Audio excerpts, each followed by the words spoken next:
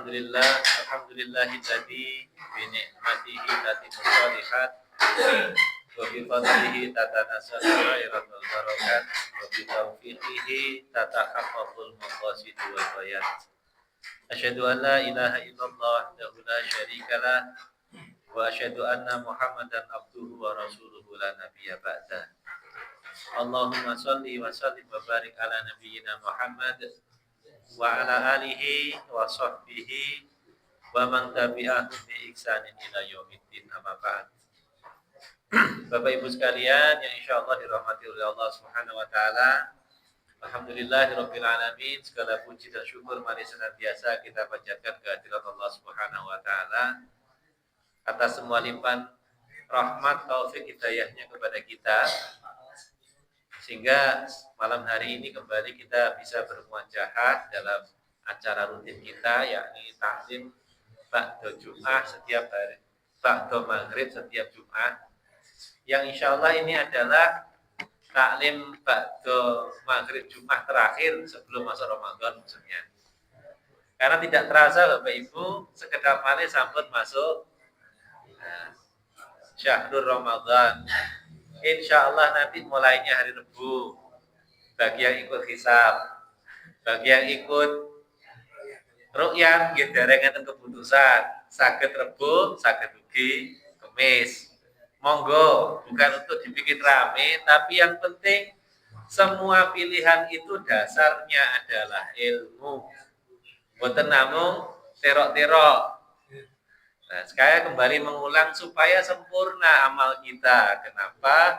Balik lagi, Imam Al-Bukhari itu sampai punya bab khusus dalam Sahih Bukhari. Judulnya Al-Ilm Qabdal Qaul wal Amal. Ilmu sebelum bicara, sebelum amal. Nah, ngelampahi siam Ramadan menika amal, maka seyogianya dimiliki ilmunya. Insya Allah sudah pernah kami sampaikan beberapa kali.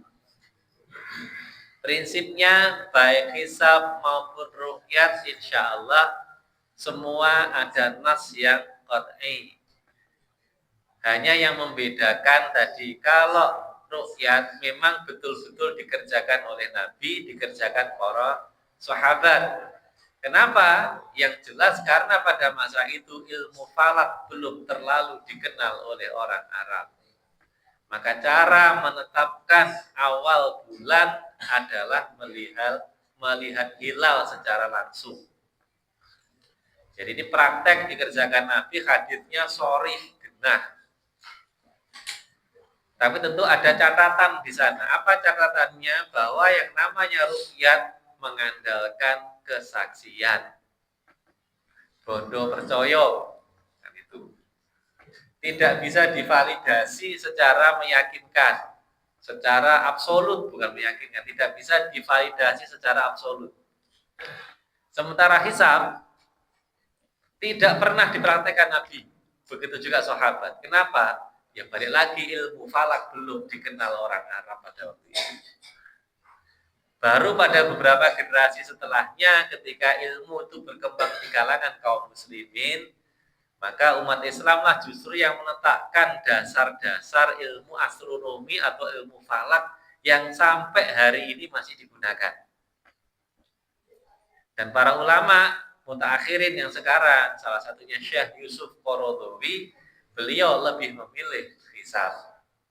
Kenapa? Karena jelas perhitungannya bisa divalidasi secara absolut. Jadi tidak mungkin ada kebohongan di sana.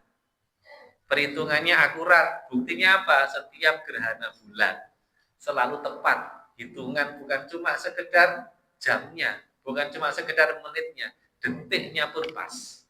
Kapan detik dia muncul, kapan detik dia hilang. Jadi bisa divalidasi secara absolut, artinya ilmu itu memang ya tepat, akurat. Cuma memang catatannya tidak pernah dipraktekkan oleh Nabi. Jadi yang satu keunggulannya dipraktekkan Nabi secara sharih genah, yang satunya bisa divalidasi secara absolut. Nah, kata penjenengan monggo pilih yang mana. Nah, Kembali Bapak Ibu. Kenapa itu jadi penting? Karena hakikatnya kita beribadah itu kan supaya Allah ridho. Jadi apapun yang kita kerjakan hakikatnya adalah supaya Allah itu ridho. Dan keridhaan Allah hanya diberikan kepada orang-orang yang beriman. Maka ketika Allah kemudian sudah ridho, maka Allah pasti akan menghendaki kebaikan bagi orang tersebut. Kan sama, kita ketika ridho kepada seseorang, kita menginginkan kebaikan atas orang-orang tersebut, kan begitu. Kita jelas ridho kepada anak kita, keluarga kita, pasti itu. Maka yang kita harapkan, kita inginkan, yang kita kehendaki atas anak-anak kita adalah hal-hal yang baik. Tidak mungkin hal-hal yang buruk.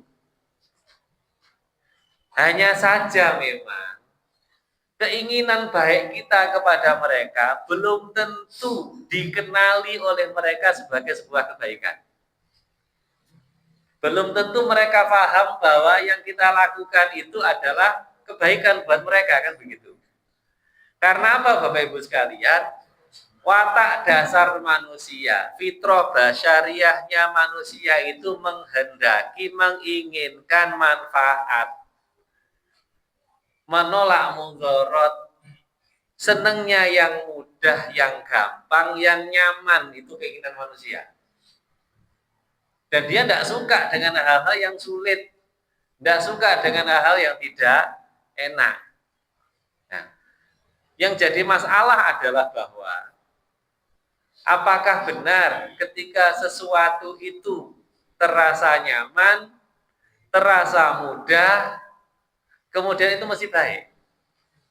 Dan apakah ketika kemudian sesuatu itu atau kondisi itu kita rasakan sulit, kita rasakan tidak nyaman, bahwa itu adalah keburukan? Itu yang kemudian perlu kita semua mampu untuk mengenali. Karena apa Bapak Ibu sekalian?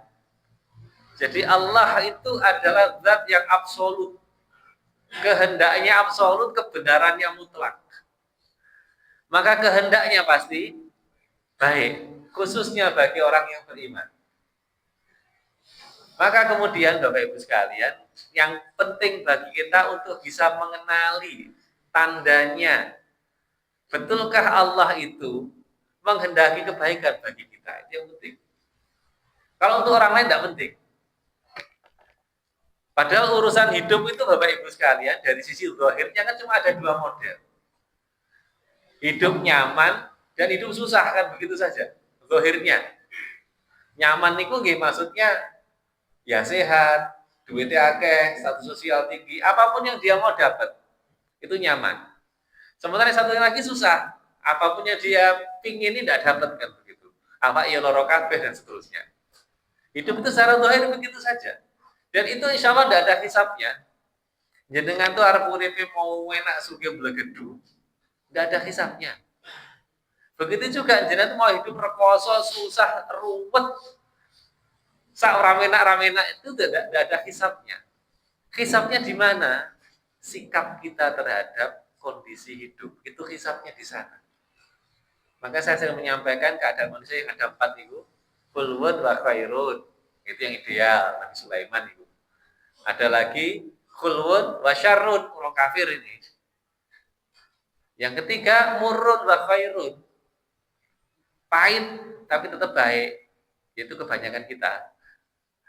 Yang terakhir murrun wa syarrun, itu mengciloko tenan di dunia akhirat ini. Yang ada hisabnya itu adalah khairun wa syarrunnya, sikap kita. Sikap dalam pengertian bagaimana kondisi jiwa kita menghadapinya, dan yang nampak adalah bagaimana amal kita di dalam merespon kondisi yang menimpa diri kita. Itu yang jauh lebih penting Bapak Ibu sekalian. Nah, harapannya dengan kita mengetahui tanda-tandanya, bahwa kita bisa merespon secara benar, tetap baik responnya. Karena apa Bapak Ibu sekalian? Ada kalanya ketika Allah menghendaki kebaikan bagi kita,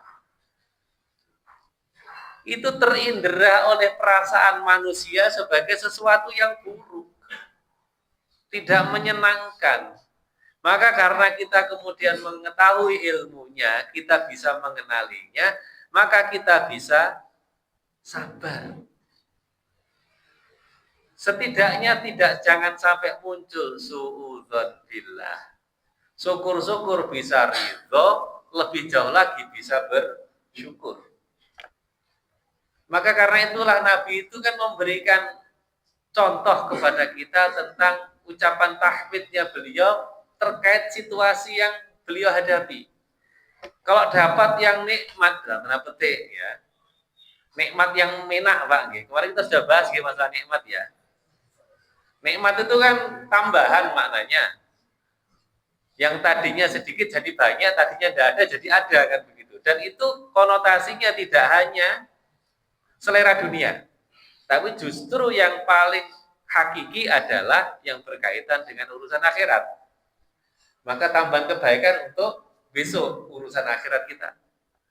Maka sama Bapak Ibu sekalian, ketika Nabi mendapatkan nikmat, ini urusannya dunia, maka Nabi ucapkan alhamdulillahilladzi bi ni'matihi tatimmus shalihat. Bahwa dengan nikmat itu Nabi berharap diberikan kemampuan untuk makin taat, makin sempurna taatnya. Sementara ketika mendapatkan musibah, ini kaitan yang tidak enak di dunia, kata beliau, alhamdulillahilladzi ala kulli hal. Karena apa? Karena mukmin senantiasa ada dalam kondisi yang baik. Nanti kapan hadisnya kita sampaikan pertemuan berikutnya. Nah, maka itu harus dikenali Bapak Ibu sekalian. Harapannya tadi senantiasa husnudzon billah. Saya sudah menyampaikan. Ini cuma sikap mental, amalul qalbi, tapi pahalanya amat sangat besar. Nah, maka Bapak Ibu sekalian, apa tandanya? Ini diringkas oleh seorang ulama namanya Muhammad bin Ka'ab al-Qurtubi, atau lebih kondang dengan istilah Imam al-Qurtubi. Ini orang Eropa nih Pak. Mungkin ya kayak siapa Mas? Pemain bola Spanyol gitu loh Mas. Ini kan orang Spanyol, ini beliau orang Spanyol. Spanyol asli loh Pak, sudah separuh nyolong loh gini. Spanyol asli ini, Spain. Maka kalau jenengan amati orang Portugal, orang Spanyol itu mukanya beda sama orang Eropa lain, beda. Dan gandrungnya orang Barat itu sama mereka, karena wajahnya kata mereka wajah Latin kata mereka. Karena memang beda Pak. Kenapa kok beda? Campur Arab misalnya. Sama seperti orang Cina, si Upayu ini gak karu-karuan itu campur Arab, mesti uang Uighur mesti itu. Daerah Kasgar dan sekitarnya, daerah Jalur Sutra itu lagi campuran, uang campur juga karu-karuan itu, Cina, Turki, Arab, macam-macam. Ya, muncullah, Mas Budi apa jenis Dilmurat Mas Budi ya. Nah itu orang Cina nih. Balik lagi Bapak Ibu sekalian, jadi beliau itu punya kitab namanya Sifatus Sofwah. Maksudnya sifat-sifat yang murni, sifat-sifat yang tinggi. Jadi beliau mendefinisikan iradah kebaikan Allah itu sebagai kepada hamba itu seperti ini. Hadisnya biasanya mesti hampir-hampir mirip begini bukanya. Idza aradallahu bi 'abdihi khairan, misalnya kan begitu. Mirip-mirip dengan itulah. Ketika Allah menghendaki kebaikan bagi seorang hamba, nah, maka pertama ja'ala fihi thalatha khisal. Maka Allah akan menjadikan 3 hal, 3 perkara pada orang itu. Dan kalau muncul kalimatnya ja'ala Mas, jadi ja'ala kan maknanya mencipta. Itu Quran banyak sebutannya, fatara, ja'ala, khalaqa, insya, dan macam-macam banyak. Kalau disebut ja'ala itu mesti apa namanya yang ditunjuk itu manfaat. Kalau ja'ala itu wa ja'ala lakum mawaddata warahmah. Jadi Allah itu menciptakan sesuatu itu titik beratnya pada manfaat bagi kita. Maka beliau mengatakan dengan istilah ja'ala, maka Allah jadikan manfaat itu kepada orang yang dikehendaki kebaikannya, yang pasti dia beriman itu 3 hal. Yang pertama, faqihah fiddin. Allah jadikan dia orang fakih terhadap agamanya, ngerti tentang agamanya. Kemudian yang kedua beliau sebutkan wazahidun fid dunya, zuhud terhadap dunia. Kemudian yang ketiga wabasarun fi uyubihi. Dia mampu melihat. Nah kalimatnya basar, Pak. Bukan nazar, okay. Karena basar itu melihat dengan ilmu dan memahami betul apa kesalahan-kesalahan atau aib-aibnya, kekurangan-kekurangan dirinya. Jadi tiga hal itu beliau ringkesnya. Meskipun hadis yang beliau jadikan sandaran banyak. Nah, ini kita bahas satu-satu Bapak Ibu. Yang pertama tadi kata beliau faqihah fiddin. Itu memang cirinya orang dikehendaki kebaikan oleh Allah. Saya pernah nyampaikan di sini. Mayuridillahu bi khairan yufaqihu fiddin. Orang yang dikehendaki Allah kebaikannya, Allah jadikan dia faqih terhadap urusan agama. Ngerti ini tenanan Pak faqih. Saya pernah sampaikan tingkatannya kan 3. Orang ngerti ini. Makrifah, niku sing ndek-ndekan. Kalau kita wis gak apa-apa lah, urusannya akidah, urusannya tentang sifat-sifat Allah sing niki mawon, ora usah sing jeru-jeru. Nek belajar ilmu kalam nek keliru malah bubrah niku mungkin. Ini sudah pakai jurus aqidatul awam, sifat wajib, sifat mustahil, asmaul husna pun niku man cukup. Enggak usah sampai perdebatan Allah itu bertepat atau tidak bertepat. Wis tambah karo-karo mumet jenengan nggih. Tangannya bagaimana dan seterusnya. Tangan itu bentuk apakah tangan, apakah itu kekuasaan pun betul usah dipikir nih Bu. Ini ku tidak masuk kelasnya kita yang masuk kategori awam ini. Aqidatul awam tuh sing penting kita tahu sifat Allah dan bagaimana kita mensikapinya. Kan terlalu cukup. Bahwa Allah itu lam yarid walam yulad jelas. Walam yakul lahu kufuwan ahad, yang disembah cuma Allah saja, tidak usah mikir nanti Allah itu ada di arsy, di langit atau tidak bertempat pun berusaha dengan bahas malah secara aplikatif untuk kita hampir-hampir tidak ada manfaatnya. Ini urusannya para ahli ilmu. Nah, itu makrifah, Pak. Permukaan. Tidak mesti yang makrifah itu jelek. Untuk kita bahkan untuk hal-hal yang seperti itu tentang tauhidullah itu cukup yang makrifah saja, enggak usah juru-juru, Pak. Mumet mungkin. Nah, meningkat jadilah alim, punya ilmunya. Nah, kalau kita ya urusan-urusan ibadah sehari-hari itu jangan cuma ngerti permukaannya tok, pokoknya sholat 5 waktu lah, sholat 1000 lah kita ngertos itu detailnya. Syukur meningkat jadi faqih. Faqih itu detail, Pak. Ngerti sampai detail, rinci. Nah, mungkin kita belum sampai ke sana, tapi setidaknya semangat untuk menjadi faqih itu yang harus kita miliki. Dengan apa Bapak Ibu sekalian? Ya, semangat kita tafakuh fiddin, termasuk rawuh mriki gitu, gawa buku ditulis niku bagian dari itu. Perkara jenengan lali niku sae, Pak. Berarti pernah eling. Sing masalah niku betul pernah lali niku soalnya ora tau eling. Lah niku ora karuan niku jenenge. Nah, maka Imam As-San'ani dalam kitabnya Imam As-San'ani dalam kitabnya Subul Salam mengatakan begini. Tafakuh fiddin itu adalah mengetahui aturan Islam. Mengetahui halal dan haram. Maka muslim yang tidak dikehendaki kebaikannya oleh Allah adalah muslim yang tidak berusaha memiliki pengetahuan tentang syariat Islam. Jadi setidaknya kalau beliau mengatakan itu adalah ikhtiarnya, ya, keinginannya untuk menambah ilmu Islam. Thalabil ilminya Pak yang dilihat. Nek pun lali niku urusannya benten melih niku. Kenapa? Karena tidak mungkin Bapak Ibu sekalian keislaman seseorang itu baik jika tidak mengetahui atau belum mengetahui apa yang diperintahkan Allah dan mana yang dilarang. Tidak mungkin dia muslim yang baik. Kan ada yang punya pikiran serasa ngerti ya aman. Lah niku nggih ora karu-karuan niku. Sing leres nggih bagaimana kita punya ilmunya, karena dengan kita mengetahui maka disitulah muncul ujian bagi kita untuk tetap bisa taat. Dan itu bentuk sabar. Sabar itu di situ Bapak Ibu sekalian. Maka Bapak Ibu sekalian, fakihnya seseorang itu motivasinya cuma satu kalau dia itu benar. Hanya untuk ibadah. Bukan untuk dibangga-banggakan, bukan untuk menyalah-nyalahkan yang lain. Bahwa saya yang paling benar, yang lainnya pasti salah. Tidak bisa begitu. Semakin jenengan ngaji itu semakin terbuka bahwa ternyata pilihan benar itu tidak cuma satu.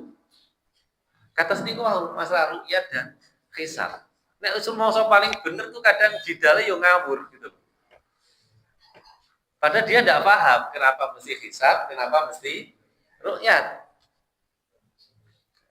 Maka Bapak Ibu sekalian, Nabi itu mengingatkan khususnya di akhir zaman tentang orang-orang yang punya perilaku khawarij.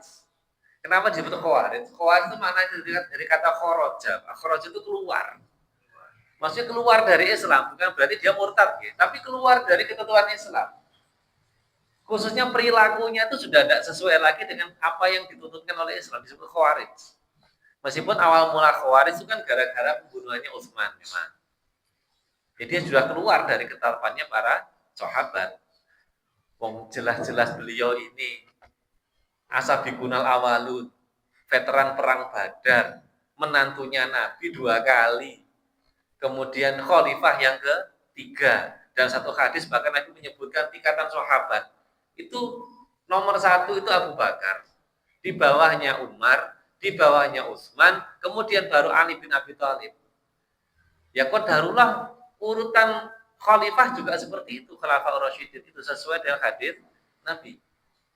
Jadi kalau penjelasan tahu kenapa kok urutannya begitu, karena memang disebut begitu oleh Nabi. Ada hadisnya, panjang hadisnya. Jadi memang yang nomor pertama itu Umar, pun betul sakit diengkel. Itu sahih hadisnya.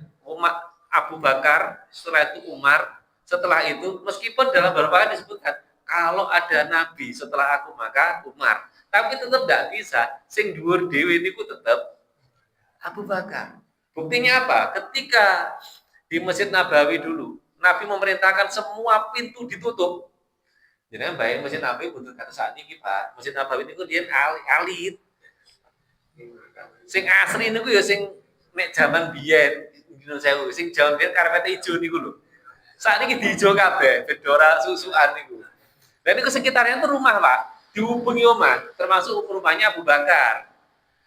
Dan rumah-rumah yang lain itu semua diperintahkan Nabi untuk ditutup pintu dan jendelanya yang menghadap ke masjid, kecuali pintunya Abu Bakar. Itu keutamanya Abu Bakar Pak. Lihat tutup ra oleh brobos komo ra oleh, kudu liwat dalane. Nyolot jendela ra oleh, lewat lawang ide, padahal lawang-lawang ide ra oleh Pak. Pokoknya kudu ditutup digembok, ra oleh diliwati. Kalau mau masuk masjid kudu lewat dalan umum. Metu saka omah sih. Saka ngarep omah kan maksudnya. Orang oleh lewat lawang buri pokoknya. Kecuali pintu Abu Bakar. Nah, itu loh, Pak. Maka urutannya Abu Bakar, Umar, Utsman, Ali. Itu Nabi. Saya kembali Bapak Ibu sekalian. Supaya kita itu tidak punya sifat-sifat khawarij.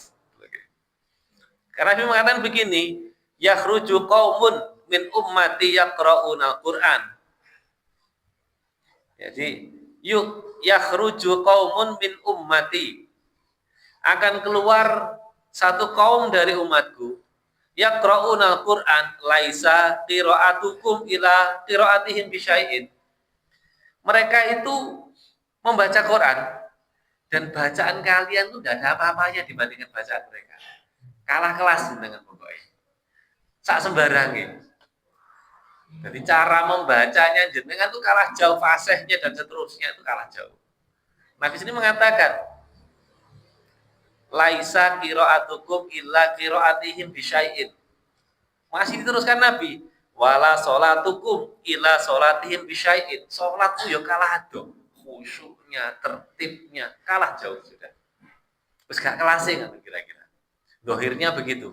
Wala siyamukum illa siyamihim bisyai'in. Begitu juga puasamu, kalah jauh dengan puasanya mereka.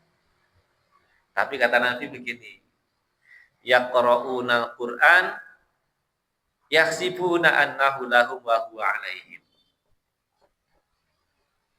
Mereka itu baca Quran dan mengira bahwa Quran itu bersama mereka. Jadi annahu lahum. Lahum itu kalau la itu mesti konotasinya positif. Bersama mereka itu mendukung mereka, memberi manfaat bagi mereka. Padahal wa huwa alaihim. Padahal Quran itu tidak bersama mereka. Tidak memberi manfaat bagi mereka. Di hadis yang lain karena mereka baca Quran cuma sampai kerongkongan aja. Tidak masuk ke dalam hati. Perilakunya tidak seperti yang diajarkan oleh Quran. Jadi Quran itu hanya dijadikan pembenar dari pilihan-pilihan hidupnya. Jadi alat pembenar saja. Karena bagaimanapun Quran itu tetap hukum. Hukum itu formal bisa ditekuk sesuai keinginan orang yang punya keinginan. Maka dibutuhkan kebersihan hati Bapak Ibu sekalian ketika kita hendak thalabil ilmi. Maka yang diharapkan adalah hidayah dari Allah Ta'ala. Bahwa kita mengambil ilmu itu tidak mencampur adukkannya dengan hawa nafsu kita. Bahkan penghafal Quran saja kata Nabi, sebagiannya kan masih termasuk golongannya orang-orang munafik.